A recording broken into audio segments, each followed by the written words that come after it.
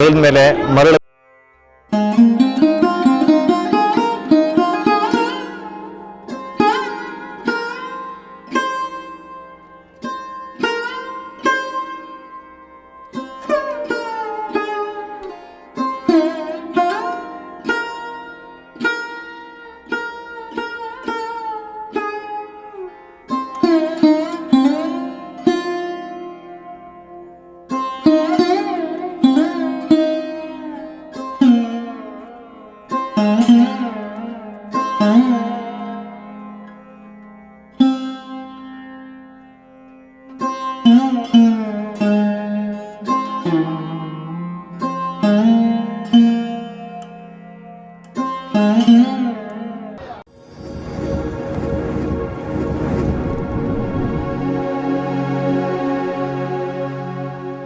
ನಾನು ಮೊಹಮ್ಮದ್ ರಫಿ ಅಂತ. ನಾನು ಹುಟ್ಟಿದ್ದು ಎಲ್ಲ ಶಿವಮೊಗ್ಗ ಮಿಳ್ಘಾಟದಲ್ಲೇ. ಇಲ್ಲೇ 45ರಿಂದ ವರ್ಕನ್ನು ಮಾಡ್ತಾಯಿದ್ದೀನಿ. 45ರಿಂದ ಇಲ್ಲೇ ಇದ್ದೀನಿ. ಒಂದು 30 ಇಯರಿಂದ ವರ್ಕ್ ಮಾಡ್ತಾಯಿದ್ದೀನಿ. ವರ್ಕ್ ಅಂದರೆ ಸಹ ತುಂಬ ಡಿಫ್ರೆಂಟ್ ವರ್ಕು ಮಾಡಿದ್ದೀನಿ. ಒಂದು ಸ್ಟೇಟ್ ಲೆವೆಲಲ್ಲಿ ಆಗಲಿ ತುಂಬ ವರ್ಕ್ ಮಾಡಿದ್ದೀನಿ. ಒಂಥರ ಎರಡು ಥರ ಅಂತ ಅಲ್ಲ. ಅದರಲ್ಲಿ ಕೆಲವೊಂದು ನನಗೆ ಇಷ್ಟವಾಗಿದೆ ಅಂದರೆ ಕ್ಯಾಲಿಗ್ರಫಿನೂ ತುಂಬ ಇಷ್ಟ ಆಯಿತು. ಕ್ಯಾಲಿಗ್ರಫಿಲಿ ತುಂಬ ಅನೇಕ ರೀತಿಯ ಅಕ್ಷರಗಳನ್ನು ಬರೆದಿದ್ದೀನಿ. ಕೆಲವೊಂದು ಪೇಂಟಿಂಗ್ಸ್ ಆಗಲಿ ಡ್ರಾಯಿಂಗ್ಸ್ ಆಗಲಿ ತುಂಬ ಹುಚ್ಚಿತ್ತು. ಬಾಲ್ಯದಿಂದಲೇ ಮಾಡ್ಕೊಂಡು ಬಂದಿದ್ದೀನಿ, ಇಲ್ಲ ಅಂತಲ್ಲ. ಬಾಲ್ಯದಲ್ಲಿ ಏನಿತ್ತು ಅಂದರೆ ತುಂಬ ಕಷ್ಟಗಳಿತ್ತು. ಅದರಲ್ಲೂ ನಾನು ಮುಸ್ಲಿಂ ಮನೆತನದವನು. ಅಷ್ಟು ಇಷ್ಟ ಮಾಡ್ತಾ ಇದ್ದಿಲ್ಲ. ಕೆಲವರೆಲ್ಲ ಕೈಕು ಕ್ಯಾವಸ್ತೆ ಆ ಥರ ಎಲ್ಲ ಹೇಳೋರು. ಬಟ್ ನನಗೇನೋ ತುಂಬ ಆಸೆ ಇತ್ತು, ಡ್ರಾಯಿಂಗ್ ಮಾಡಬೇಕು, ಇದು ಮಾಡಬೇಕಂತ. ಯಾವ ಥರ ಇದಿತ್ತು ಅಂದರೆ ಕಷ್ಟ, ನೋಟ್ಬುಕ್ಕನ್ನೇ ಕೊಡ್ಸೋಕ್ಕೆ ಇರ್ತಿದ್ದಿಲ್ಲ. ಆ ಟೈಮಲ್ಲೆಲ್ಲ ನಾನು ಏನು ಮಾಡ್ತಾಯಿದ್ದೆ ಅಂತ ನೆಲದ ಮೇಲೆ ಮರಳ ಮೇಲೆಲ್ಲ ಬರೆದು ಕಲಿತಾ ಇದ್ದೆ. ಚಿತ್ರಗಳೇ ಆಗಲಿ ಡ್ರಾಯಿಂಗ್ನ. ಹೌದು ಸರ್. ಅಂದರೆ ಆ ಥರ ಸವಲತ್ತಿದ್ದಿಲ್ಲ. ಒಂದು ಸ್ಲೇಟು ಬಳಪ ಇರ್ತಾ ಇತ್ತು ಅಷ್ಟೇ. ಅದು ಬಿಟ್ಟರೆ ಬೇರೆ ಏನು ಸರಿಯಾಗಿ ಸಿಗ್ತಾ ಇದ್ದಿಲ್ಲ. ಸರ್ ಎಜುಕೇಶನ್ ಎಜುಕೇಷನ್ ನಂದೀಗ ಡಬಲ್ ಗ್ರ್ಯಾಜುಯೇಷನ್ ಆಗಿದೆ. ಓದಿದ್ದೆಲ್ಲ ಶಿವಮೊಗ್ಗನೇನಾ? ಹಾಂ ಸರ್, ಶಿವಮೊಗ್ಗದಲ್ಲೇ ಓದಿದ್ದು. ಪ್ರೈಮರಿ ಹೈಯರ್ ಪ್ರೈಮರಿ ಮಿಳ್ಘಾಟ ಶಾಲೆಯಲ್ಲೇ, ಗೌರ್ಮೆಂಟ್ ಶಾಲೆ, ಅಲ್ಲೇ ಓದಿದ್ದೀನಿ. ಅಲ್ಲಿ ತನಕ ಸ್ವಲ್ಪ ಭಾಳ ಹುಚ್ಚಿತ್ತು. ಕೆಲವೊಂದೆಲ್ಲ ಕಲಿತಾ ಇದ್ದೆ, ಮಾಡಿದೆ. ಆಮೇಲೆ ಹೈಸ್ಕೂಲಿಗೆ ಹೋದೆ. ಹೈಸ್ಕೂಲಲ್ಲಿ ನನಗೆ ಪ್ರೋತ್ಸಾಹ ಸಿಕ್ತು. ಅಲ್ಲಿ ಮಹೇಶ್ ಚಿಕ್ಕಮಠ ಅಂತ ನನಗೆ ಗುರುಗಳು ಸಿಕ್ಕಿದ್ರು. ಬಸವೇಶ್ವರ ಪ್ರೌಢಶಾಲೆ ಅಂತ ಇಲ್ಲೇ ಶಿವಮೊಗ್ಗ. ಬಸವೇಶ್ವರ ಪ್ರೌಢಶಾಲೆಯಲ್ಲಿ ಅಮ್ಮ ಭಾಳ ಕಷ್ಟಪಟ್ಟು ನನಗೆ ಅಲ್ಲಿ ಅಡ್ಮಿಷನ್ ಮಾಡಿಸಿದ್ರು. ಮಗ ಓದಲಿ, ಚೆನ್ನಾಗಿ ಓದಲಿ, ಒಳ್ಳೆ ವಿದ್ಯಾಭ್ಯಾಸ ಆಗಲಿ ಅಂತ ಹೇಳಿ ಸೇರಿಸಿದ್ರು. ಬಟ್ ಅಲ್ಲಿ ಕಷ್ಟ ಇತ್ತು ಮನೆಯಲ್ಲಿ, ಇಲ್ಲ ಅಂತಲ್ಲ, ಓದಿಸಿದ್ರು. ಅಲ್ಲಿ ನನಗೆ CS ಚಿಕ್ಕಮಠ ಅಂತ ಹೇಳಿ, ಅವರು ಮಹೇಶ್ ಚಿಕ್ಕಮಠ ಅಂತ, ತುಂಬ ಒಳ್ಳೆಯ ಗುರುಗಳು. ನನಗೆ ಇಷ್ಟೆಲ್ಲ ಕಲೀಲಿಕ್ಕೆ ಅವರೇ ಒಂದು ತುಂಬ ಪ್ರೋತ್ಸಾಹ ಮಾಡಿದ್ರು, ತುಂಬ ಹೆಲ್ಪ್ ಮಾಡಿದ್ರು. ತುಂಬ ಹೆಲ್ಪ್ ಅಂದರೆ ಅವ್ರ ಸಂಬಳದಲ್ಲಿ ನನಗೂ ಖರ್ಚಿಗೆ ಕೊಡ್ತಾಯಿದ್ರು. ನನಗೆ ಓದಲಿಕ್ಕೆ, ವಿದ್ಯಾಭ್ಯಾಸಕ್ಕೋಸ್ಕರ ತುಂಬಾ ಹೆಲ್ಪ್ ಮಾಡ್ತಾಯಿದ್ರು. ಹಾಗೆ ನನಗೆ ಇನ್ನೂ ಜಾಸ್ತಿ ಪ್ರೋತ್ಸಾಹ ಆಗ್ತಾ ಹೋಯಿತು. ನಾನೇನಾದರೂ ಮಾಡಬೇಕು ಚಿತ್ರಕಲೆಯಲ್ಲೇ. ಹಾಂ ಸರ್. ಎಷ್ಟು ವರ್ಷದಿಂದ ನೀವು ಮಾಡ್ತಿದ್ದೀರಾ ಅಂತ? ಸರ್, ನಾನು ಸ್ಟ್ರಗಲ್ ಮಾಡೋಕತ್ತಿ 30 ಇಯರ್ಸ್ ಆಯ್ತು ಸರ್. 12-13ಇಂದಾನೇ ತುಂಬ. ಆವಾಗ ಸ್ಕೂಲ್ ರಜೆಯಲ್ಲಿ ಗ್ಯಾರೇಜಿಗೆ ಹೋಗೋದು, ಆ ವರ್ಕು ಈ ವರ್ಕು ತುಂಬ ಮಾಡಿದೆ ಸರ್. ತುಂಬ ವರ್ಕ್ಗಳು ಮಾಡ್ತಾ ಬಂದೆ. 10th ನನಗೊಂದು 10th ತನಕ ನಿಮ್ಗೆ ಕಾನ್ಫಿಡೆನ್ಸ್ ಬಂದು ನಾನು ಮಾಡ್ತೀನಿ ಅಂತ ಅನ್ಸಿದ್ದು 10th. ಹಾಂ, ಮಹೇಶ್ ಸರ್ ಅವರು ನನಗೆ ಒಂದು ಕಾನ್ಫಿಡೆನ್ಸ್ ಕೊಟ್ಟರು. ಮಾಡ್ಬೋದು, ಚಿತ್ರಕಲೆಯಲ್ಲೂ ತುಂಬ ಇದೆ, ಹಾಗಿದೆ ಹೀಗೆ ತುಂಬ ಹೇಳ್ತಿದ್ರು. ಹೇಳಿ ಆಮೇಲೆ ಮಾಡಿದೆ. 10th ತನಕ ಓದಿದೆ. ಅಲ್ಲಿಗೆ ನಾನು ಆಲ್ರೆಡಿ ಒಂದು ಸ್ವಲ್ಪ ಚಿತ್ರ ಬರೆಯೋದು ಕಲ್ತಿದ್ರಿ. ಆಮೇಲೆ ಕೆಲವೊಂದೆಲ್ಲ ಡ್ರಾಯಿಂಗ್ಸ್ ಎಲ್ಲ ಮಾಡೋದು ಹೇಳ್ಕೊಟ್ಟಿದ್ರು, ಮಾಡ್ತಾ ಇದ್ದೆ, ಚೆನ್ನಾಗಿತ್ತು ಸರ್. ಅಂದರೆ ನೀವು ಫಸ್ಟು ಡ್ರಾಯಿಂಗ್ ಮಾಡಿದ್ರೆ 10th ನಿಮ್ಮ ಮಹೇಶ್ ಸರ್ ಸಪೋರ್ಟ್ ಮಾಡಿದ್ರು. ಮನೇಲಿ ಬಂದು ಹೇಳಿ ಅಪ್ರೋಚ್ ಮಾಡಿದಾಗ ಇದನ್ನೇ ಕಂಟಿನ್ಯೂ ಮಾಡು ಅಂತ ಹೇಳಿ ಪ್ರೋತ್ಸಾಹ ಮಾಡಿದ್ರು? ಇಲ್ಲ ಸರ್, ಆ ಥರ ಪ್ರೋತ್ಸಾಹ ಅಂತ ಏನಿಲ್ಲ. ನಮಗೆ ಓದೋ ಬರೆಯೋದೇ ಕಷ್ಟ ಇತ್ತು. ಅದರಲ್ಲಿ ನಾನು ಹೇಳ್ತಾನೂ ಇದ್ದಿಲ್ಲ, ನನಗೆ ಇದಿಷ್ಟ ಅದಿಷ್ಟ ಅಂತ ಹೇಳ್ತಾ ಇದ್ದಿಲ್ಲ. ಏನಿದ್ರು ನಾನು ಫ್ರೀ ಇದ್ದಾಗ ಮನೆ ಹಿಂಭಾಗದಲ್ಲಿ ಆಗಲಿ, ಗೋಡೆಗಳ ಮೇಲೆ, ಅದ್ರ ಮೇಲೆ ಕಲ್ಲಿದ್ದಲ್ಲಿ ಮಾಡ್ತಾಯಿದ್ದೆ. ನನಗೆ ಪೆನ್ಸಿಲ್ ಸಹ ಇದ್ದಿಲ್ಲ ಆವಾಗ. 3rd 4th ಸ್ಟ್ಯಾಂಡರ್ಡ್ ತನಕ ಪೆನ್ಸಿಲು ಸಿಗಲಿಲ್ಲ ನನಗೆ.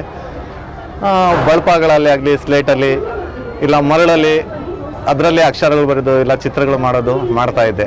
ಆಮೇಲೆ 10th ತನಕ ಬಂದೆ. ಚೆನ್ನಾಗಾಯಿತು, ಕಲಿತೆ, ಖುಷಿ ಅನಿಸ್ತಾಯಿತ್ತು. ಬೋರ್ಡ್ಗಳೆಲ್ಲ ಬರೀತಿದ್ದೆ, ಕೆಲವೊಂದೆಲ್ಲ ಸ್ಕೂಲಲ್ಲಿ ರಂಗೋಲಿ ಸಹ ಹಾಕ್ತಾಯಿದ್ದೆ. ಚೆನ್ನಾಗಿತ್ತು ಸರ್, ಆಗಿಲ್ಲ ಅಂತಲ್ಲ. ಆಮೇಲೆ ಏನಾಯಿತು, ಮನೆಯಲ್ಲಿ ಸ್ವಲ್ಪ ಬಡತನ ಇದ್ದಿದ್ದರಿಂದ ಕಷ್ಟ ಜಾಸ್ತಿನೇ ಆಯಿತು. ಆಮೇಲೆ SLC ಪಾಸ್ ಆಯಿತು. MSc ನಮ್ಮ ಸರ್ ಏನು ಹೇಳಿದ್ರು, ನಿನಗೆ ಕಾಲೇಜಿಗೆ ಸೇರಿಸ್ತೀನಿ, ಅಲ್ಲಿ ಸೇರಿಸ್ತೀನಿ ಅಂತ ಹೇಳಿದ್ರು.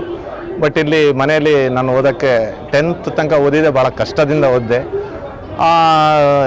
ಚಿಕ್ಕಮಠ್ ಸರ್ರು ಅಂದರೆ MSc ಸರ್ರು ತುಂಬಾ ಹೆಲ್ಪ್ ಮಾಡೋರು. ಬಟ್ ಅತಿ ಹೆಲ್ಪ್ ಮಾಡ್ಕೊಳ್ಳೋದು ಒಳ್ಳೇದಲ್ಲ. ಅವರು ಇನ್ನೂ ತುಂಬ ಮಕ್ಕಳಿಗೆ ಆ ಥರ ಹೆಲ್ಪ್ ಮಾಡ್ತಾಯಿದ್ರು. ಅದರಲ್ಲಿ ನಾನು ಒಬ್ಬ ಇದ್ದೆ. ನನಗಂತೂ ಸ್ಪೆಷಲಿನೇ ತುಂಬ ಅವರು ಹೆಲ್ಪ್ ಮಾಡಿದ್ದಾರೆ, ಎಲ್ಲ ಥರದಲ್ಲೂ ಮಾಡಿದ್ದಾರೆ.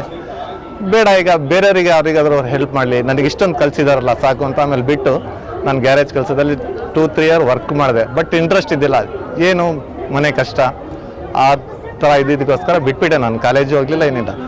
ಆಮೇಲೆ ಏನಾಯಿತು, ಕೆಲಸ ಮಾಡ್ತಾ ಕಲಿತೆ. ಒಂದು ಸತೀಶ್ ಆರ್ಟ್ಸ್ ಅಂತ ಒಂದು ವರ್ಕ್ ಮಾಡ್ತಾಯಿದ್ರು, ಅವರು ನಾಮಫಲಕ ಬರೀತಾಯಿದ್ರು. ಅವ್ರ ಹತ್ರ ಹೋಗಿ ರಿಕ್ವೆಸ್ಟ್ ಮಾಡಿದೆ, ನನಗೆ ಇಂಟ್ರೆಸ್ಟ್ ಇದೆ, ನಾನು ಮಾಡ್ತೀನಿ, ಕೆಲಸ ಕೊಡಿ ಅಂತ. ಅವರು ತಕ್ಷಣ ಒಪ್ಕೊಳ್ಳಿಲ್ಲ, ಇಲ್ಲ ಬೇಡ ಹಾಗೆ ಹೀಗೆ ಅಂದರು. ಆಮೇಲೆ ಇಲ್ಲ ಸರ್ ನಾನು ಮಾಡ್ತೀನಿ ಅಂತ ಹೇಳಿದ್ದಕ್ಕೆ ಒಪ್ಪಿಸ್ಕೊಂಡು ಆಮೇಲೆ ಸೇರಿಸ್ಕೊಂಡ್ರು. ಸೇರಿಸ್ದೆ, ದೇವ್ರ ದಯಿಂದ ಒಳ್ಳೆ ವರ್ಕ್ ಮಾಡಿದೆ, ಅಲ್ಲಿ ಒಳ್ಳೆ ವರ್ಕ್ ಮಾಡಿದೆ, ಒಳ್ಳೆ ಹೆಸರು ಮಾಡಿದೆ. ಆಮೇಲೆ ಏನು ಮಾಡಿದೆ, ಮಾರ್ನಿಂಗ್ ಈವ್ನಿಂಗ್ ಕಾಲೇಜ್ ಇತ್ತು, ಎಲ್ಲಿ ಮಕ್ಕಳ ದೇಶ ಅಂತೇಳಿ ಒಂದು ಕಾಲೇಜ್ ಇತ್ತು. 8ರಿಂದ 10, ಸಂಜೆ 4ರಿಂದ 6. ಆ ಕಾಲೇಜಿಗೆ ಅಡ್ಮಿಷನ್ ಆದೆ, ಚಿತ್ರ ಕಾಲೇಜ್. ಅದು DMC ಅಂತ, ಡ್ರಾಯಿಂಗ್ ಮಾಸ್ಟರ್ ಕೋರ್ಸ್ ಅಂತ. ಅಲ್ಲಿ ಹೋಗಿ ಜಾಯ್ನ್ ಆದೆ. ಹೇಗೊಂದು ಸ್ವಲ್ಪ ಹೌದು ಸರ್, ಹಗಲಲ್ಲಿ ಕೆಲಸ ಮಾಡ್ಕೊಂಡಿದ್ದೆ, ಮಾರ್ನಿಂಗ್ ಕಾಲೇಜ್. ಮನೆಯಲ್ಲಿ ತುಂಬ ನನಗೆ 4 ಜನ ತಮ್ಮಂದಿರು, 3 ಜನ ತಂಗಿಯರು ಇದ್ರು. ಅದರಲ್ಲಿ ಹಿರಿಯ ಮಗ ನಾನೇ ಇದ್ದೆ. ತುಂಬ ರಿಸ್ಕ್ ನನ್ನ ಮೇಲಿತ್ತು. ಅದ್ರ ಜೊತೆ ಅದನ್ನು ಮಾಡಿಕೊಂಡು ಕಾಲೇಜ್ ಜಾಯ್ನ್ ಆದೆ ನಾನು, ಇಲ್ಲ ಅಂತಲ್ಲ, ಚೆನ್ನಾಗಿ ಮಾಡಿದೆ. ಅದರಲ್ಲೂ ಅಲ್ಲೂ ಸುರೇಶ್ ಸರ್ ಅಂತ ಇದ್ರು ಲೆಕ್ಚರರು, ಸ್ವಲ್ಪ ಹೆಲ್ಪ್ ಮಾಡಿದೆ ಸರ್, ಚೆನ್ನಾಗಿತ್ತು. ಆಮೇಲೆ ಮತ್ತೆ ಇದಾಯಿತು. ಆಮೇಲೆ ತಂಗಿಯರು ದೊಡ್ಡವರಾಗ್ತಾ ಬಂದರು, ಅವ್ರದ್ದು ವಿದ್ಯಾಭ್ಯಾಸ ಇದಾಯಿತು. ಮತ್ತೆ ಬಿಟ್ಟೆ, 2 ವರ್ಷ ಮಾಡಿದೆ ಕಾಲೇಜ್, ಮತ್ತೆ ಬಿಟ್ಬಿಟ್ಟೆ. ಆಮೇಲೆ ತಂಗಿಯವರು ಮದುವೆ ಅದು ಇದು ಎಲ್ಲ ಮಾಡ್ಕೊಂಡು ಏನೇನೋ ಆಯಿತು. ಹಾಗೆ 7 ತನಕನೂ ಬಂದುಬಿಡ್ತು. 2007 ಆಯಿತು. ಆಮೇಲೆ ನನಗೆ ಹುಚ್ಚು ಮಾತ್ರ ಬಿಟ್ಟಿದ್ದಿಲ್ಲ, ನಾನು ಓದಬೇಕು, ಇನ್ನೂ ಕಲಿಬೇಕು, ಅದು ಮಾಡಬೇಕು, ಇದು ಮಾಡಬೇಕಂತ ಹುಚ್ಚು ಮಾತ್ರ ಬಿಟ್ಟಿದ್ದಿಲ್ಲ. ನಾನು ಮುಂದೆ ಓದಬೇಕು. ತುಂಬ ಜನ ಹೇಳಿದರು, ನಿನ್ನ ಡಿಫ್ರೆಂಟ್ ಏನೋ ಬೇರೆ ಥರ ನಿನ್ನಲ್ಲಿ ಕಲೆ ಇದೆ, ಅದನ್ನು ಹುಡ್ಕೊಂಡು ಮಾಡು. ಹೇಳ್ತಾಯಿದ್ರು, ನಮ್ಮ ಗುರುಗಳೇ ಹೇಳ್ತಾಯಿದ್ರು. ಆಮೇಲೆ ನಮ್ಮ ಚಿಕ್ಕಮಠ್ ಸರ್ ಇದ್ರಲ್ಲ, MSc ಸರ್ ಅಂತ, ಅವ್ರ ಅಣ್ಣ ಒಬ್ಬರಿದ್ರು. ಅವರು ಕ್ರಾಫ್ಟು ಇದರಲ್ಲೆಲ್ಲ ಇಂಟರ್ನ್ಯಾಷನಲ್ ಲೆವೆಲಲ್ಲಿ ವರ್ಕ್ ಮಾಡ್ತಾ ಇದ್ದಾರೆ, ತುಂಬ ಒಳ್ಳೆಯವರು. ಅವರು ನನಗೆ ಒಂಥರ ದತ್ತು ತೊಗೊಂಡ್ರು. ಆಮೇಲೆ ಅವ್ರಿಗೆ ಹೇಳ್ತಾ ಇದ್ದೀನಿ, ನನಗೆ ಓದೋಕೆ ಇಷ್ಟ ಇದೆ, ಹಾಗೆ ಹೇಗೆ ಅಂತ ಹೇಳಿ. ಅಲ್ಲಿ ಕಾಲೇಜಿಗೆ ಅಡ್ಮಿಷನ್ ಆಗೋಣ ಅಂತ ಎಲ್ಲ ಪ್ರಯತ್ನ ಮಾಡ್ತಾಯಿದ್ರೆ ಮನೇಲಿ ಮದುವೆ ಮಾಡಿಬಿಟ್ರು. ಮುಂಚೆನೇ ತಮ್ಮಂದ್ರದ್ದು ತಂಗಿಯರ್ದು ಎಲ್ಲರದ್ದು ಮಾಡಿದ್ದೆ, ಮದುವೆ ಎಲ್ಲರದ್ದು ಮಾಡಿದ್ದೆ. ನನ್ನ ಮದುವೆ ಮಾತ್ರ ಆಗಿದ್ದೀರ, ತಮ್ಮ ಆಗಿದೆ. ಆಮೇಲೆ ನನಗೂ ಮಾಡಿದ್ರು, ಮಾಡಿಬಿಟ್ರು. ಮದುವೆನೂ ಆಯಿತು. ಆಮೇಲೆ ಫಸ್ಟ್ ನನಗೆ ಗಂಡು ಮಗು ಆಯಿತು. ಆದರೂ ನಾನು ಬಿಡಲಿಲ್ಲ, ಓದಬೇಕು ಅಂತ ಏನು ಮಾಡಿದೆ, ಮತ್ತೆ ಕಾಲೇಜ್ ಜಾಯ್ನ್ ಆದೆ ಇಲ್ಲಿ BBA ಕಾಲೇಜ್. ಮದುವೆ ಆದಮೇಲೆ ಮಗು ಆಯಿತು. ಮಗು ಆಗಿದ್ಮೇಲೆ ಕಾಲೇಜ್ ಜಾಯ್ನ್ ಆದೆ ನಾನು. ಇಲ್ಲಿ ಶ್ರೀ ಪಂಚಾಚಾರ್ಯ, ಜಗದ್ಗುರು ಪಂಚಾಚಾರ್ಯ ಅಂತ ಕಾಲೇಜ್ ಇದೆ, ಚಿತ್ರಕಲಾ ಕಾಲೇಜು. ಅಲ್ಲಿ ನಮ್ಮ ಭಾರ್ಗವ್ ಸರ್ ಅಂತ ಇದ್ದಾರೆ, MRS ಹತ್ರ. ಹೌದು ಸರ್. ಅಲ್ಲಿ ಹೋಗಿ ಜಾಯ್ನ್ ಆದೆ. ಅವರು ತುಂಬ ಕಂಡೀಷನ್ ಇಟ್ಟರು, ನಿಮ್ದು ಏಜ್ ಆಗಿದೆ, ಹಾಗಾಗಲ್ಲ, ಎಷ್ಟು ವಯಸ್ಸಾಗಿತ್ತು ಸರ್ ಕಾಲೇಜ್ ಸೇರ್ಬೇಕಾದ್ರೆ? ಅವಾಗ ನನಗೆ ಆಗಲೇ 32 ಆಗಿತ್ತು. 30+ ಆಗಿತ್ತು. ಆ ಸಮಯದಲ್ಲಿ ಮನಸ್ಥಿತಿಗಳಿಗೆ ಹತ್ರ ಈ ಏಜಲ್ಲಿ ನಾನು ಕಾಲೇಜ್ಗೆ ಹೋಗ್ಬೇಕು ಅನ್ನೋ ನಿಮ್ಗೊಂದು ಸವಾಲ್ ಇರುತ್ತೆ, ನೋಡ್ಕೊಳ್ಳೋದು ಅಷ್ಟೇಲೂ ಒಂದಿಷ್ಟು ಸಮಸ್ಯೆಗಳಿರುತ್ತೆ. ಅಲ್ಲಿ ಸ್ಟೂಡೆಂಟ್ಸ್ ಬೇರೆಯವರೆಲ್ಲ ಹೇಗಿದ್ರು ಅಂದ್ರೆ ತುಂಬಾ ನನಗಿಂತ ವಯಸ್ಸಲ್ಲಿ ಕಡಿಮೆ ಇದ್ರು.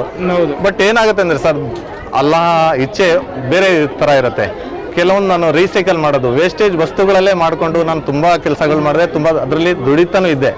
ಅವರಿಗೂ ತುಂಬಾ ಹೆಲ್ಪ್ ಆಯ್ತು. ಅಲ್ಲಿದ್ದ ಅಂತ ವಿದ್ಯಾರ್ಥಿಗಳಿಗೂ ಒಂದು ಹೆಲ್ಪ್ ಆಯ್ತು. ಕೆಲವರು ಸರ್ ಅನ್ನೋರು ನನಗೆ, ಕೆಲವರು ಅಣ್ಣ ಅನ್ನೋರು, ಕೆಲವರು ಕ್ಲಾಸ್ಮೇಟು, ಫ್ರೆಂಡ್ ಅನ್ನೋರು. ತುಂಬಾ ಚೆನ್ನಾಗಿತ್ತು ಸರ್. ಅದರಲ್ಲೂ ತುಂಬಾನೇ ಕಷ್ಟ ಆಗ್ತಾ ಇತ್ತು. ಜವಾಬ್ದಾರಿ ಇನ್ನೂ ಜಾಸ್ತಿ ಆಗ್ಬಿಟ್ಟಿತ್ತು, ಮುಂಚೆಯಿಂದ ಮತ್ತೆ ಜಾಸ್ತಿ ಆಯಿತು. ಮತ್ತು ಫೀಸಸ್ಸೇ ಆಗಲಿ, ಅದಾಗಲಿ, ಮತ್ತು ಎಕ್ಸಾಮ್ ಎಲ್ಲ ಅದು ಬೇರೆ ಡಿಸ್ಟಿಕಲ್ಲಿ ನಡೀತಾ ಇತ್ತು. ಅಲ್ಲಿಗೆ ಹೋಗೋದು 8 ದಿನ, 10 ದಿನ, 20 ದಿನ ಅಲ್ಲೇ ಇದ್ದು ಎಕ್ಸಾಮ್ ಅಟೆಂಡ್ ಮಾಡಿ ಮತ್ತೆ ವಾಪಸ್ ಬರೋದು, ಆ ಥರ ಎಲ್ಲ ಆಗ್ತಾಯಿತ್ತು. ಕೆಲವೊಂದು ಟೈಮಲ್ಲಿ ಫ್ರೆಂಡ್ಸೇ ಆಗಲಿ, ಟೀಚರ್ಸ್ ಆಗಲಿ, ನಮ್ಮ ಚಿಕ್ಕಮಠ್ ಸರ್ರು ಅವರೆಲ್ಲ ದುಡ್ಡಿಂದ್ರಲ್ಲೂ ಹೆಲ್ಪ್ ಮಾಡಿದ್ರು, ಮತ್ತು ಬೇರೆ ಥರನೂ ಹೆಲ್ಪ್ ಮಾಡಿದ್ರು. ಅದೆಲ್ಲ ಕಷ್ಟಪಟ್ಟಿದ್ದು ತುಂಬಾ ಚೆನ್ನಾಗಿತ್ತು ಸರ್. ಸ್ಕೋರ್ ಚೆನ್ನಾಗಾಯ್ತು, ಇದಾಯಿತು. ಆಮೇಲೆ ನಮ್ಮ ತಾಯಿ ತುಂಬ ಕಷ್ಟನೇ ಪಟ್ಟಿದ್ರು. ಕಷ್ಟ ಅಂದರೆ ಸರ್ ಅದು ಹೇಳ್ಕೊಳಕ್ಕೂ ಬರಲ್ಲ, ತುಂಬ ಕಷ್ಟಪಟ್ಟು ಓದಿಸಿದ್ರು. ಅವ್ರ ಆಸೆ ಏನಿತ್ತು ಅಂದರೆ ನನಗೆ ಟೀಚಿಂಗ್ ಮಾಡಬೇಕಂತನೂ ಆಸೆ ಇತ್ತು. ಆ ಲೆವೆಲ್ ನನ್ನ ಒಳ್ಳೆ ಸರ್ಟಿಫಿಕೇಟ್ ಇತ್ತು. ಆಮೇಲೆ ಜ್ಞಾನದೀಪ ಅಂತ ಒಂದು ಸ್ಕೂಲ್ ಇದೆ ಸರ್, ತುಂಬ ಒಳ್ಳೆ ಸ್ಕೂಲು, ತುಂಬ ಚೆನ್ನಾಗಿದೆ. ಶಿವಮೊಗ್ಗ ಡಿಸ್ಟಿಕ್ಕಿಂದ ಫಸ್ಟ್ ಅದು ಸ್ಕೂಲು, CBSE ಸ್ಕೂಲು. ಅಲ್ಲಿ ಹೋಗಿ ಇಂಟರ್ವ್ಯೂ ಕೊಟ್ಟೆ. ಅವಾಗ ಸರ್ಟಿಫಿಕೇಟ್ ನಂದು ಆ ಲೆವೆಲಿಗೆ ಇದ್ದಿಲ್ಲ. ಬಟ್ ಹೇಳಿದ್ರು ಅವರು, ಹಾರ್ಡ್ ವರ್ಕರ್ ಇದ್ದಾರೆ ಇವರು, ನೋಡಿ ಸರ್ಟಿಫಿಕೇಟು ನನ್ನ ಇದೆ, ಒಂದು ಲೆವೆಲಿಗೆ, ಡಿಗ್ರಿ ಲೆವೆಲಿಗೆ ಇದೆ. ಇಷ್ಟು ದೊಡ್ಡ ಸ್ಕೂಲಲ್ಲಿ ಆ ಲೆವೆಲ್ ಸರ್ಟಿಫಿಕೇಟ್ ಇದೆಯಲ್ಲ. ನನ್ನ ಅನುಭವ, ನನ್ನ ಕಷ್ಟಗಳು ಅದೇನಿತ್ತೇನೋ ದೇವರು ಅಲ್ಲಿ ನನಗೊಂದು ಇಂಟರ್ವ್ಯೂಲ್ಲಿ ಪಾಸ್ ಮಾಡಿದ್ರು. ಆಮೇಲೆ 3-4 ಇಯರ್ ಅಲ್ಲಿ ಡ್ಯೂಟಿ ಮಾಡಿದೆ. ತುಂಬ ಚೆನ್ನಾಗಿ ಮಾಡಿದೆ. ಕಲಿಯೋಂಥದ್ದು ಅಲ್ಲೂ ತುಂಬ ಸಿಕ್ತು. ತುಂಬ ಕ್ರಿಯೇಟಿವ್ ಮಾಡಿದೆ. ಅಲ್ಲಿ ಆ್ಯಸ್ ಎ ಡ್ರಾಯಿಂಗ್ ಟೀಚರ್ ಒಬ್ಬರು ಟೀಚರ್ ಏನೇನು ಲೆವೆಲಿಗೆ ಕೆಲಸ ಮಾಡ್ಬೋದು ಅಂತ ಒಂದು ಮಾದರಿ ಅದೇ. ಅಲ್ಲಿ ಏನಂದರೆ ಸೈನ್ಸೇ ಆಗಲಿ, ಮ್ಯಾಥಮೆಟಿಕ್ಸ್ ಮಾಡಲ್ ಮಾಡಿದೆ. ರಮಾನ ಅವಾರ್ಡಿಗೆಲ್ಲ ಹೋಯಿತು. ತುಂಬ ಕಡೆ ಹೋಯ್ತು ಸರ್. ತುಂಬ ಆಯಿತು. ಹೇಗೆ ಒಂದು ಗಾಳಿಯಲ್ಲಿ ಶಕ್ತಿ ಇದೆ, ಒಂದು ನೀರಲ್ಲಿ ಶಕ್ತಿ ಇದೆ, ಅದನ್ನು ಉಪಯೋಗಿಸಿ ಮಾಡಿದೆ ಸರ್. ತುಂಬ ಮಾಡಲ್ಸು ಮಾಡಿದೆ. ಅದು ಮಾಡಿದೆ. ಎಷ್ಟು ವರ್ಷ ಟೀಚಿಂಗ್ ಫೀಲ್ಡಲ್ಲಿ ಇದ್ರಿ? ಟೀಚಿಂಗ್ ಈಗ ಆ್ಯಸ್ ಎ ಟೀಚಿಂಗ್ ಫೀಲ್ಡಲ್ಲೇ ಇದ್ದೀನಿ ಒಂದು 10 ಇಯರಿಂದ. ಅದಕ್ಕಿಂತ ಮುಂಚೆ ಅಂತೂ ಹೆಚ್ಚು ಕಡಿಮೆ ತುಂಬ ಓಡಾಡಿದೆ. ಕೇರಳದಲ್ಲಿ ಹೋದೆ, ಕೆಲವೊಂದು ಕಲಿಬೇಕು ಅಂತಾನೆ. ತಮಿಳ್ನಾಡು ಹೋದೆ, ಮಹಾರಾಷ್ಟ್ರ ಹೋದೆ, ಆಂಧ್ರ ಪ್ರದೇಶ ಹೋದೆ. 5-6 ಇಯರ್ ತುಂಬ ಓಡಾಡಿದೆ. ಯಾವ ಗ್ಯಾಪಲ್ಲಿ ಕಾಲೇಜ್ ಹೋಗಿದ್ದ ಮುಂಚೆ ಗ್ಯಾಪಲ್ಲೇ ತುಂಬ ಕಡೆ ಓಡಾಡಿ ಆ್ಯಸ್ ಎ ಪರ್ಫೆಕ್ಟ್ ಆರ್ಟಿಸ್ಟ್ ಆಗಿಬಿಟ್ಟಿದೆ. ಸೊ ನೀವು ಡಿಗ್ರಿ ಕಂಪ್ಲೀಟ್ ಮಾಡಿದ್ರಿ? ಅದು ಮಾಡಿದ್ದಿಲ್ಲ ಇನ್ನೂ ಅವಾಗ. ಇನ್ನೂ ಮಾಡಿಲ್ಲ? ಹಾಂ, ಅವಾಗಲೇ ತುಂಬ ಓಡಾಡಿದೆ. ಮಾಡಿದೆ. ಆಮೇಲೆ ಬಂದು ಮತ್ತೆ ಮದುವೆ ಮಾಡ್ತೀನಿ ಹಾಗೆ ಹೀಗೆ ಅಂದಾಗ ಇಲ್ಲೇ ಸೆಟ್ಲ್ ಆದಾಗ ಮದುವೆನೂ ಮಾಡಿದ್ರು. ಆಮೇಲೆ ಕಾಲೇಜ್ ಜಾಯ್ನ್ ಆಗಿದೆ. ಈಗ ಮದುವೆ ಆಗಿದೆ, ಮಗು ಇದೆ. ಈ ಸಂದರ್ಭದಲ್ಲಿ ಕಾಲೇಜ್ ಹೋಗ್ತಿದ್ದಾಗ ಮನೇಲಿ ಒಂದು ಜವಾಬ್ದಾರಿ ಅಂತ ಇರುತ್ತೆ, ಹಣಕಾಸಿನ ಸಮಸ್ಯೆ ಇರುತ್ತೆ. ಅದು ಮಾಡಿನೇ ಸವಲತ್ತು ಮಾಡಿನೇ ಹೇಗೆ ನಿಭಾಯಿಸಿದ್ರಿ ಅಂತ? ಸರ್ ಮಾಡ್ತಾ ಇದ್ದೆ ಸರ್. ಹಗಲು ರಾತ್ರಿ ಕೆಲಸ ಮಾಡ್ತಾ ಇದ್ದೆ, ಇಲ್ಲ ಅಂತಲ್ಲ. ಮನೆಯಲ್ಲೂ ಸಹಕಾರ ಕೊಟ್ಟರು. ಆಮೇಲೆ ವೈಫು ಅವರು ಸಹಕಾರ ಕೊಟ್ಟರು. ಏನೋ ಈಗ ಅವ್ರಿಗೆ ಆಸೆ ಇದೆ, ಓದ್ತಾರೆ ಮಾಡ್ತಾರೆ ಅಂತಿದ್ದಾರೆ, ಮಾಡಲಿ ಅಂತ ಹೇಳಿದ್ರು. ಬಟ್ ಕೆಲವರೆಲ್ಲ ಹೇಳೋರು ಫ್ಯಾಮ್ಲಿಯಲ್ಲಿ, पढ़को क्या करता, कौन सा नौकरी मिलती, 40 साल हो रही, काम मिलता नहीं गवर्नमेंट काम. ಅವ್ರಿಗೆ ಹೇಳ್ತಿದ್ದೆ ಗೌರ್ಮೆಂಟ್ ನೌಕರಿಗೋಸ್ಕರ ನಾನು ಮಾಡ್ತಾ ಇಲ್ಲ. ನನ್ನ ಮಕ್ಕಳಿಗೆ ಆಗಲಿ ನಮ್ಮ ಫ್ಯಾಮ್ಲಿಗೆ ಆಗೋ ಒಂದು ಮಾದರಿ ಆಗಬೇಕು. ಯಾಕೆ ಮದುವೆ ಆದವ್ರು ಓದಬಾರ್ದು, ಒಂದು ಮಾಡೋದು. ತುಂಬ ಸವಲತ್ತಿದೆ, ತುಂಬ ಚೆನ್ನಾಗಿದೆ. ನನಗೆ ತುಂಬ ಪ್ರೌಡ್ ಫೀಲ್ ಮಾಡ್ತೀನಿ. ಏನೋ ಓದಿದ್ದಕ್ಕೆ ಒಂದು 4 ಮಕ್ಕಳಿಗೆ ಒಳ್ಳೆ ರೀತಿಯಲ್ಲಿ ಹೇಳ್ತಾ ಇದ್ದೀನಿ. ಇಲ್ಲಿ ಕೂತಿರೋ ಇದೂ ಅದೇನೆ. ಇಲ್ಲಿ ಅಂತ ದುಡಿಯೋದು ಅಷ್ಟಕ್ಕಷ್ಟೇ. ನಾನು ಏನು ಕಲ್ತಿದ್ದೀನಿ, ಒಂದು ಕ್ಯಾಲಿಗ್ರಫಿನೇ ಆಗಲಿ, ಒಂದು ಡ್ರಾಯಿಂಗೇ ಆಗಲಿ, ಒಂದು ಪೋರ್ಟ್ರೇಟೇ ಆಗಲಿ, ಮಕ್ಳಿಗೆ ಹೇಗೆ ಮಾಡ್ಬೋದು, ಏನು ಮಾಡ್ಬೋದು ಅದನ್ನೆಲ್ಲ ಹೇಳ್ತಾ ಇದ್ದೀನಿ, ಇದು ಮಾಡ್ತಾ ಇದ್ದೀನಿ. ಏನೋ ಒಂದು ದುಡಿಮೆ ನಡೀತಾ ಇದೆ. ಈಗ ಇಲ್ಲೇ RML ನಗರದಲ್ಲಿ ಫಿದ್ವಾಯಿ ಇಂಗ್ಲೀಷ್ ಸ್ಕೂಲ್ ಅಂತ ಇದೆ, ಅಲ್ಲಿ ಡ್ಯೂಟಿ ಮಾಡ್ತಾ ಇದ್ದೀನಿ. ಚೆನ್ನಾಗಿದೆ, ಸ್ಯಾಲ್ರಿನೂ ಚೆನ್ನಾಗಿದೆ. ಎಕ್ಸ್ಟ್ರಾ ಸ್ಟೇಜ್ ವರ್ಕು ಅದು ಇದು ಮಾಡಲ್ಸ್ ಮಾಡೋದು ಅದೆಲ್ಲ ಇದ್ದೇ ಇರುತ್ತೆ, ಮಾಡ್ತಾ ಇದ್ದೀನಿ. ಏನೂ ಇದಿಲ್ಲ ಅಂದರೆ ವರ್ಕ್ ಮಾಡ್ತೀನಿ ಸರ್. 6 ಗಂಟೆಗೆ ಎದ್ದೇಳ್ತೀನಿ, ಎಷ್ಟಾಗುತ್ತೋ 1 ಗಂಟೆ 2 ಗಂಟೆ ಕೆಲಸ ಮಾಡ್ಕೊತೀನಿ. ಆಮೇಲೆ ಡ್ಯೂಟಿ ಹೋಗ್ತೀನಿ, ಮತ್ತೆ ಸಂಜೆ ಬರ್ತೀನಿ. ಏನೇನಾದರೂ ಮಾಡ್ತಾ ಇರ್ತೀನಿ. ಏನೇನಾದರೂ ಮಾಡ್ತಾ ಇದ್ರೆ 500-100 ಬರ್ತಾ ಇರುತ್ತೆ. ಹಾಗೆ ಏನೋ ಖರ್ಚಾಗ್ತಾ ಇರುತ್ತೆ. ಆಗುತ್ತೆ ಕೆಲವು ಟೈಮಲ್ಲಿ ಮದುವೆ ಬಂತು, ಹಬ್ಬಗಳು ಬಂತಾಗ ಸ್ವಲ್ಪ ಸಾಲ ಆಗತ್ತೆ. ಆಮೇಲೆ ಹೇಗೋ ತೀರಿಸ್ಕೊಂತೀವಿ. ಬ್ಯಾಲೆನ್ಸ್ ಮಾಡ್ಕೊಂಡೇ ಹೋಗ್ತಾ ಇದ್ದೀವಿ ಸರ್. ಬಟ್ ಆ ಥರ ಆಸ್ತಿ ದುಡ್ಡು ಗಿಡ್ಡು ಅಂತೂ ಏನೂ ಮಾಡಿಲ್ಲ ಸರ್. ಹೆಸರು ಮಾಡಿದ್ದೀನಿ, ಒಂದು ಒಳ್ಳೆ ಲೆವೆಲಲ್ಲಿ ಹೆಸರಿದೆ. ರಫಿ ಆರ್ಟ್ಸ್ ಅಂತ ಒಂದು ಮೈಸೂರು ದಸರಾದ ವರ್ಕ್ಗಳಾಗಲಿ, ಇಲ್ಲಿ DDP ಆಫೀಸಿನ ವರ್ಕ್ಗಳಾಗಲಿ, ಟ್ಯಾಬ್ಲೋಸ್ಗಳಾಗಲಿ, ದೊಡ್ಡ ದೊಡ್ಡ ಸ್ಟೇಜ್ಗಳೇ ಆಗಲಿ, ಮೀಲಾದ್ ಹಬ್ಬದ್ದು, ಕನ್ನಡ ರಾಜ್ಯೋತ್ಸವದ್ದು ಮತ್ತು ಗಣೇಶೋತ್ಸವದ್ದು ತುಂಬ ದೊಡ್ಡ ದೊಡ್ಡ ಸ್ಟೇಜ್ಗಳನ್ನ ಮಾಡ್ತೀನಿ. ಮತ್ತು ಪೂರ್ತಿ ಕ್ರಿಯೇಟಿವ್ ಇರೇ. ಚಿತ್ರಕಲೆ ಆದಿಮಾನವರದಿಂದಾನು ಸ್ಟಾರ್ಟ್ ಆಗಿದೆ ಅಂತ ಗೊತ್ತಾಯಿತು. ಹೇಗೆ ಲಿಪಿಗಳು ಬರೀತಾ ಹೋದ್ರು ಅದು ಚಿತ್ರಕಲೆನೇ. ಅದಕ್ಕೆ ಒಂದು ಲ್ಯಾಂಗ್ವೇಜ್ ಥರ ಮಾಡಿಕೊಂಡ್ರು. ಅದನ್ನೇ ಚಿತ್ರ ಬಿಡಿಸ್ತಾನೆ ಅಕ್ಷರಗಳು. ಅದು ನಾನು ಎಲ್ಲ ಅವಾಗ ಗೊತ್ತಾದಾಗ ನಾನು ಕೆಲವೊಂದು ಟೈಮಲ್ಲಿ ಕ್ಯಾಲಿಗ್ರಫಿನ ಗಟ್ಟಿಡಿದೆ. ಹಾಗೆಯೇ ನೋಡ್ತಾ ಇದು ನೋಡಿದೆಲ್ಲ ಒಂದು ಟೈಮಲ್ಲಿ ಆವಾಗ ಇದು ಇರ್ತಾ ಇದ್ದಿಲ್ಲ, ಪೆನ್ನೇ ಆಗಲಿ ಪೆನ್ಸಿಲ್ ಆಗಲಿ ಏನೂ ಇರ್ತಾ ಇದ್ದಿಲ್ಲ. ಒಂದು ಆದಿಮಾನವರ ಕಾಲು ಮುಂದೆ ಬಂದಾಗ ಆವಾಗ ಈ ಥರ ಕಡ್ಡಿಗಳಲ್ಲಿ ಕೆಲವೊಂದು ಕೆರೆ ದಡದಲ್ಲೆಲ್ಲ ಸಿಗತ್ತೆ, ಈ ಥರ ಕಡ್ಡಿ ಸಿಗ್ತವೆ. ಇದನ್ನು ನಾವು ಏನು ಮಾಡ್ತಾಯಿದ್ರು, ಕೆತ್ಕೊಂಡು ಒಂದು ಶಾರ್ಪ್ ಮಾಡಿಕೊಂಡು ಫ್ಲ್ಯಾಟ್ ಮಾಡಿಕೊಂಡು ಅರೇಬಿಕ್ಕೆ ಬರೆಯೋದಾಗಲಿ ಉರ್ದು ಬರೆಯೋದೇ ಆಗಲಿ ಸ್ಟಾರ್ಟ್ ಮಾಡಿದ್ರು. ಈ ಥರ ಮಾಡೋದನ್ನು ಮಾಡಿದ್ರು. ಆವಾಗ ಅವರಿಗೆ ಕೆಲವೊಂದು ಪೇಂಟ್ಸ್ ಆಗಲಿ ಇಂಕೆ ಆಗಲಿ ಇದ್ದಿಲ್ಲ. ಆವಾಗ ಅವ್ರೇನು ಮಾಡೋರು ಅಂದರೆ ಕೆಲವೆಲ್ಲ ಹೂವು ಎಲೆಗಳು ಆಮೇಲೆ ಕಪ್ಪೆ ಸಿಪ್ಪು ಅದೆಲ್ಲ ಕುಟ್ಟಿ ಜಜ್ಜಿ ಅದಕ್ಕೆ ಅಕ್ಕಿ ಗಂಜಿಯನ್ನು ಮಿಕ್ಸ್ ಮಾಡಿ ದ್ರವ ಥರ ತಯಾರಿ ಮಾಡ್ಕೊತಾ ಇದ್ರು. ದ್ರವ ಥರ ಮಾಡಿಕೊಂಡು ಅದನ್ನು ಏನು ಮಾಡ್ತಾಯಿದ್ರು, ಡಿಪ್ಪಿಂಗ್ ಮೂಲಕ ಚರ್ಮದ ಮೇಲೆಲ್ಲ ಬರೆಯಕ್ಕೆ ಪ್ರಾರಂಭ ಮಾಡಿದ್ರು. ಅದು ಬರಿತಾ ಹಾಗೆ ಬಂತು. ಮುಂದೆ ಬಂದಂಗೆ ಒಬ್ಬರಿಂದ ಒಂದು ದೇಶದಿಂದ ಒಂದು ದೇಶಕ್ಕೆ ಹೇಗೆ ಹರಡ್ತಾ ಹೋಗ್ತೋ ಹಾಗೇನೇನಾಯ್ತು, ಅದಕ್ಕೆ ಅಕ್ಷರಗಳು ಬೇರೆ ಬೇರೆ ಥರ ಬರೆಯೋಕ್ಕೆ ಸ್ಟಾರ್ಟ್ ಮಾಡಿದಾಗ ಅದಕ್ಕೆ ಕ್ಯಾಲಿಗ್ರಫಿ ಅಂತ ಹೆಸರು ಕೊಟ್ಟರು. ಈ ಗುಜರಿಗಳು ತುಂಬ ಇದೆ ಸರ್ ನಮ್ಮೂರಲ್ಲಿ, ತುಂಬ ಗುಜರಿಯಲ್ಲಿ. ಒಂದು ಸಲ ಗುಜರಿಯಲ್ಲಿ ಹೋಗ್ಬಿಟ್ರೆ ಅಂತ ಒಂದು 300-400 ರೂಪಾಯಿಗೆ ತುಂಬ ಐಟಮ್ ಎತ್ಕೊಬಾರ್ದು. ಸೈಕಲ್ ರಿಮ್ಗಳೇ ಆಗಲಿ, ನೆಕ್ಸ್ಟ್ ಟೈಮ್ ಬೇಕಾದ್ರೆ ನಿಮಗೆ ವೀಡಿಯೋಸ್ ಸೆಂಡ್ ಮಾಡ್ತೀನಿ ನೋಡಿ. ಬೇಕಾದರೆ ಸೈಕಲ್ ರಿಮ್ಗಳೇ ಆಗಲಿ ತುಂಬ ಸಿಗ್ತಾವೆ ಸರ್. ಪ್ಲಾಸ್ಟಿಕ್ ಐಟಮ್ಗಳು, ಬಕೆಟ್ಗಳು, ಅವು ಇವು, ಮತ್ತು ಪೈಪ್ ಕಬ್ಬಿಣದ್ದೇ ಆಗಿರ್ಬೋದು, ಇದ್ರದ್ದೇ ಆಗಿರ್ಬೋದು, ಪ್ಲಾಸ್ಟಿಕ್ಕಿಂದ ಆಗಿರ್ಬೋದು, ತುಂಬ ಥರ ಸಿಗುತ್ತೆ. ಗುಜರಿಗಳಲ್ಲೇ ಹೋಗ್ಬೇಕದು, ಮತ್ತೆ ಅಲ್ಲಿ ಮನೆಗಳೆಲ್ಲ ಅಷ್ಟು ಸಿಗಲ್ಲ. ತುಂಬ ಸಿಗುತ್ತೆ. ಅದನ್ನ ಹೆಚ್ಚು ಕಡಿಮೆ 30 ಅಡಿ 40 ಅಡಿ 60 ಅಡಿ ಅಷ್ಟು ದೊಡ್ಡ ದೊಡ್ಡ ಸ್ಟೇಜ್ಗಳು ಮಾಡಿದ್ದೀನಿ. ತುಂಬ ಕ್ರಿಯೇಟ್ ಇರುತ್ತೆ. ಬಟ್ ಅದು ನಾನು ಮಾಡಿದಾಗ ನಾನು ಅದು ಏನು ವಸ್ತು ಅಂತ ಗೊತ್ತಾಗಲ್ಲ. ಅದಕ್ಕೆ ಅದರ ಮೇಲೆ ಬಣ್ಣ, ಕಲರಿಂಗ್, ಕ್ರಿಯೇಟಿವ್ ಮಾಡಿದಾಗ ತುಂಬ ಚೆನ್ನಾಗಿ ಅನಿಸುತ್ತೆ ಸರ್. ತುಂಬ ಚೆನ್ನಾಗಂದರೆ ಟೈರ್ಗಳಿಂದ, ಟ್ಯೂಬ್ಗಳಿಂದ ತುಂಬ ಮಾಡಿದ್ದೀನಿ. ನೀವು ನೆಕ್ಸ್ಟ್ ಟೈಮ್ ಬೇಕಾದರೆ ನೀವು ನಾನು ಸೆಂಡ್ ಮಾಡ್ತೀನಿ, ಇಲ್ಲ ಅಥವಾ ನಿಮ್ಗೆ ಸೆಂಡ್ ಮಾಡ್ತೀನಿ, ನೀವು ಮಾಡಿ ಆ್ಯಡ್ ಮಾಡಿ ಸರ್. ತುಂಬ ಚೆನ್ನಾಗಿದೆ ಅದು ಕ್ರಿಯೇಟಿವ್ ಎಲ್ಲ. ಈಗಂತೂ ಬರೆಯೋಕ್ಕೆ ಬಿಡಲ್ಲ, ಹೊಡಿತಾರೆ. ಕಲ್ಲಿದ್ದಲ್ಲಿ ಗೋಡೆ ಮೇಲೆ ಬರ್ದು ಕಲ್ತಿದ್ದು, ನೆಲದ ಮೇಲೆ ಬರ್ದು ಕಲ್ತಿದ್ದು. ಪೆನ್ಸಿಲ್ ನನಗೆ ಸಿಕ್ಕಿದೆ 4th ಸ್ಟ್ಯಾಂಡರ್ಡಲ್ಲಿ ಸರ್. ಆವಾಗ ತನಕ ಒಂದು ಸಣ್ಣ ವಿಷಯ ಹೇಳ್ತೀನಿ ಸರ್ ಕೇಳಿ. ಏನಾಗಿತ್ತು ಅಂದರೆ ಬಳ್ಪನೋ ಇದಿತ್ತು 3rd ಸ್ಟ್ಯಾಂಡರ್ಡು, ಚೆನ್ನಾಗಿದೆ. ಒಂದು ಆ ಟೀಚರ್ ನನಗೆ ಗೀತಾ ಮ್ಯಾಮ್ ಮಾದರಿ ಇರ್ಬೋದು ಈ ಒಂದು ಚಿತ್ರಕಲೆಗೆ ನಾನು ಬರಬೇಕಂದ್ರೆ. ಸ್ಲೇಟ್ ಇರ್ತಿತ್ತು, 2 ಕಡೆ ಇರ್ತಿತ್ತು, ಮಗ್ಗಿ ಬರ್ಕೊಂಬರಕ್ಕೆ ಹೇಳಿದರು 20 ತನಕ. ನಾನು ಈವ್ನಿಂಗು ಫಸ್ಟ್ ನನ್ನ ಡ್ರಾಯಿಂಗ್ ಶ್ರೀಕೃಷ್ಣ ಇದ್ದಾರಲ್ಲ, ಶ್ರೀಕೃಷ್ಣನ್ ಚಿತ್ರ ಬರೆದಿದ್ದೆ. ಯಾವುದು ಬಳಪದಲ್ಲಿ ಶ್ರೀಕೃಷ್ಣನ್ ಚಿತ್ರ ಬರೆದಿದ್ದೆ.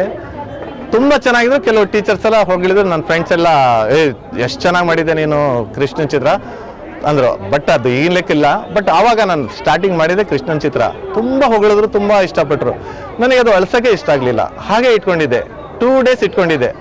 ನಮಗೆ ಹೇಗಿತ್ತಂದರೆ ಅಳಿಸ್ಬೇಕು, 2 ಕಡೆ ಅಳಿಸ್ಬೇಕು, ಬರೀಬೇಕು, ಅಳಿಸ್ಬೇಕು. ನಾನು ಒಂದೇ ಕಡೆ ಅದು ಹಾಗೆ ಇಟ್ಕೊಂಡು ಸ್ವಲ್ಪ ಅಳಿಸೋದ್ರೂ ಬಿಟ್ಟಿದ್ದಿಲ್ಲ, ಹಾಗೆ ಇಟ್ಕೊಂಡಿದ್ದೆ.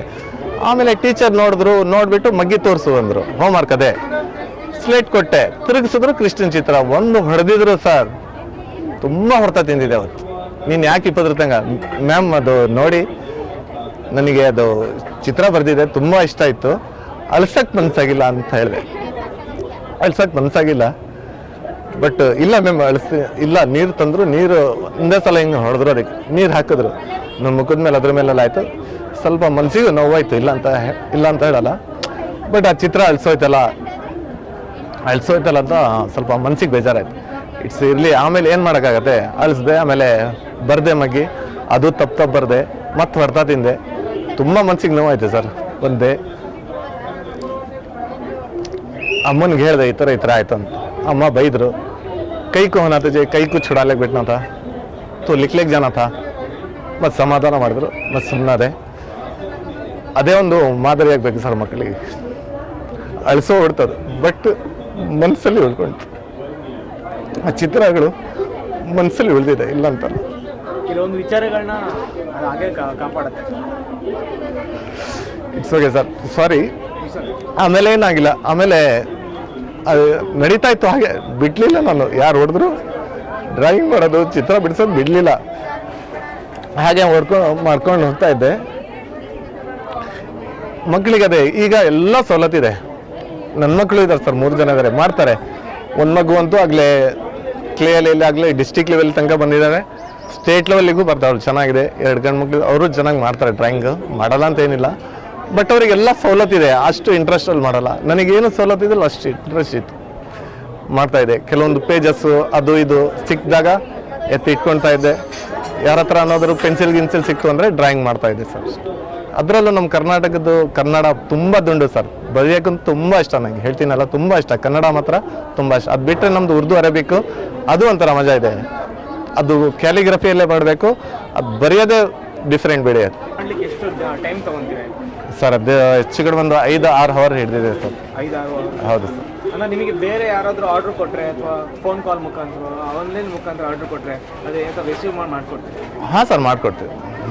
ಏನಿಲ್ಲ, ಏನು ಟೈಮ್ ತೊಗೊಳ್ತೀವಿ, ಒಂದು 2 days 3 days. ನಿಮ್ಮ ನಂಬರ್ ಇದೆಯಲ್ಲ? ಹಾಂ ಸರ್, ನಂಬರ್ 9886021493 ಸರ್. ಸೊ ಯಾವುದೇ ಆರ್ಡ್ರ್ ಕೊಟ್ಟರು ಎನಿ ವರ್ಕ್ ಸರ್, ಆರ್ಟ್ ಫೀಲ್ಡಲ್ಲಿ ಎನಿ ವರ್ಕ್ ಯಾವುದೂ ಮಾಡೋಕ್ಕಾಗಲ್ಲ ಅಂತೆಲ್ಲ ಮಾಡಿದ್ದೀವಿ, ಮಾಡ್ತೀನಿ. ಎಷ್ಟೇ ದೊಡ್ಡದಾಗಲಿ ಎಷ್ಟೇ ಇದೇ ಆಗಲಿ, ದೊಡ್ಡ ಸ್ಟೇಜೇ ಮಾಡಿದ್ದೀವಿ. 100 feet 200 feet ದೊಡ್ಡ ಸ್ಟೇಜೇ ಮಾಡಿದ್ದೀನಿ. ದಸರಾ ಉತ್ಸವದೆಲ್ಲ ತುಂಬ ವರ್ಕ್ ಮಾಡಿದ್ದೀವಿ. ಹಗಲು ರಾತ್ರಿ ಮಾಡಿದ್ದೀವಿ. ಕೆಲವೊಂದೆಲ್ಲ ಮೀಲಾದ ವರ್ಕ್ಗಳ ತುಂಬ ಒಂದು ಇಂಟರ್ನ್ಯಾಷನಲ್ ಲೆವೆಲ್ ಫೇಮಸ್ ಆಗೋ ಥರ ವರ್ಕನ್ನು ಅದನ್ನು ಮಾಡಿದ್ದೀನಿ. ಹಾಂ ಸರ್, ಹೋಗಿದ್ದೀನಿ. ಚಿತ್ರಕಲಾ ಪರಿಷತ್ತಿಗೆ ಹೋಗಿದ್ದೀನಿ, ಮತ್ತು ಚಿತ್ರಸಂತೆಗೆ ಹೋಗಿದ್ದೀನಿ. ಈಗ ಮೈಸೂರಲ್ಲಿ ನಡೆಯೋ ಇದಕ್ಕೆ ಇನ್ವೈಟ್ ಮಾಡಿದ್ದಾರೆ, ಹೋಗೋದಿದೆ. ಹೋಗ್ತೀನಿ ಸರ್, ಆದರೆ ಸಮಯ ಹೋಗ್ತೀನಿ. ಹಾಂ ಸರ್, ಮಾಡ್ತೀನಿ. ಇದೇ ಕೆಲವೊಂದು ವರ್ಕೆಲ್ಲ ಇದೆ, ಕೆಲವೊಂದು ಇಲ್ಲೇ ಇಟ್ಟಿದ್ದೀನಿ ಹಾಗೆ ಸುಮ್ಮನೆ ಶೋಗೆ. ಬೇಕಿದ್ದವ್ರು ಬೇಕಾದರೆ ತೊಗೊಳ್ಳಿ.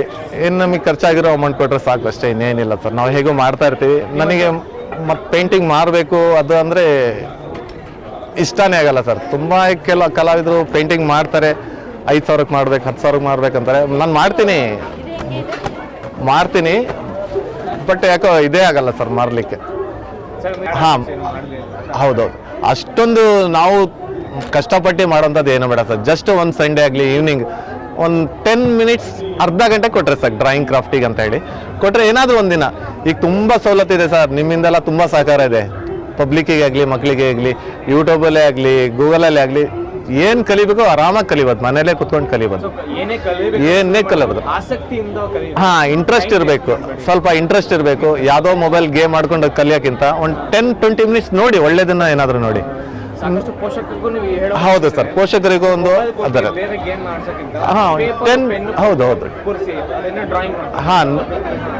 ಆವಾಗ ಏನೋ ಮಾಡೋಕ್ಕೆ ಆಗಲಿಲ್ಲ ಅಂದರೆ ಜಸ್ಟ್ ನೋಡ್ಕೊಳ್ಳಿ, ಜನರಲ್ ನಾಲೆಡ್ಜ್ ಆದರೂ ಬೆಳೆಸ್ಕೊಳ್ಳಿ, ಹೇಗೆ ಮಾಡೋಕ್ಕೆ ಸಾಧ್ಯ, ಹೇಗೆ ಮಾಡಿದ್ದಾರೆ. ಒಂದು ಟೈಮಲ್ಲಿ ಈಗ ಇಲ್ಲ, ಸವಲತ್ತಿಲ್ದಾಗ ಮಾಡ್ತಾ ಕೂರ್ಬೋದು, ಆರಾಮ ಮಾಡ್ಬೋದು. ಡ್ರಾಯಿಂಗೇ ಆಗಲಿ, ಕ್ರಾಫ್ಟೇ ಆಗಲಿ, ಕ್ಯಾಲಿಗ್ರಫಿಯೇ ಆರಾಮಾಗಿ ಮಾಡ್ಬೋದು. ಅವಾಗ ಒಂದು ಡೈಲಿ ಒಂದು 10-20 ಮಿನಿಟ್ಸ್ ಕೊಟ್ಟರು ಸಾಕು ಅವರು, ಬೇರೆ ಏನಿಲ್ಲ. ಸೌಕರ್ಯ ಎಲ್ಲ ಥರ ಇದೆ ಈಗ. ಹಾಂ ಸರ್, ಹಾಂ ಸರ್, ಬಹಳಷ್ಟು ಖುಷಿ ಆಯಿತು.